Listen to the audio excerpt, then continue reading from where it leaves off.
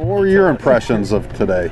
You know, I've really been excited about today because I want to go back and see who's going to report what happened after the fourth period. That's really what I've been looking forward to most of the day. I don't even know any of the sites, but I'm going to get the GAs to crank up some of the sites and get a good look at that reporting schedule you guys are on. All right, ask me a question. Go. Is it safe to say it doesn't matter how long you've been here or maybe how much experience you have on the field, that everybody's fair game to get criticized? Yeah, I start with the premise that we're here to win for Notre Dame. And,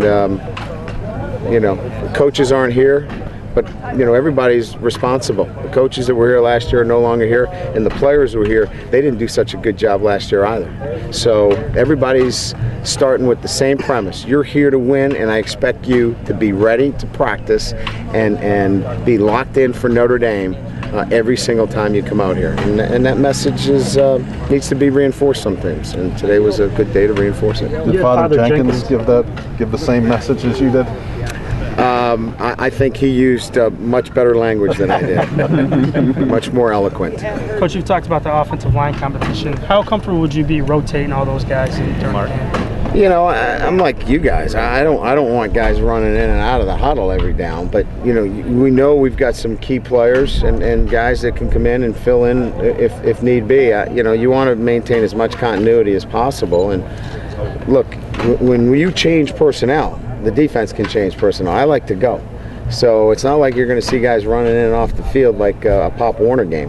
We'll have some guys that may get some reps in there during the game, but we're going to try to get our 22 guys on the field and go from there. How close are you guys to solidifying that depth chart? You said maybe middle of this week.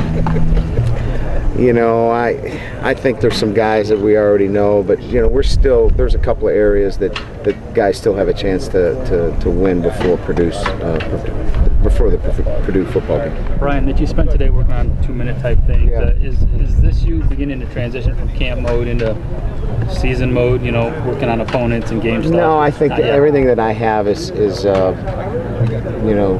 that I've done for 20 years. It's kind of a checklist. All right, let's make sure we get enough 2-minute in. Let's make sure end of game is covered. Quarterback sneak, you saw us centering the ball for a field goal opportunity. We're going to create all those scenarios. The problem we have is our guys are starting the transition before I want them to transition. That's really the issue here. They've transitioned out. They're thinking about Purdue, and they got a couple more days of practice that they've got to stay focused on.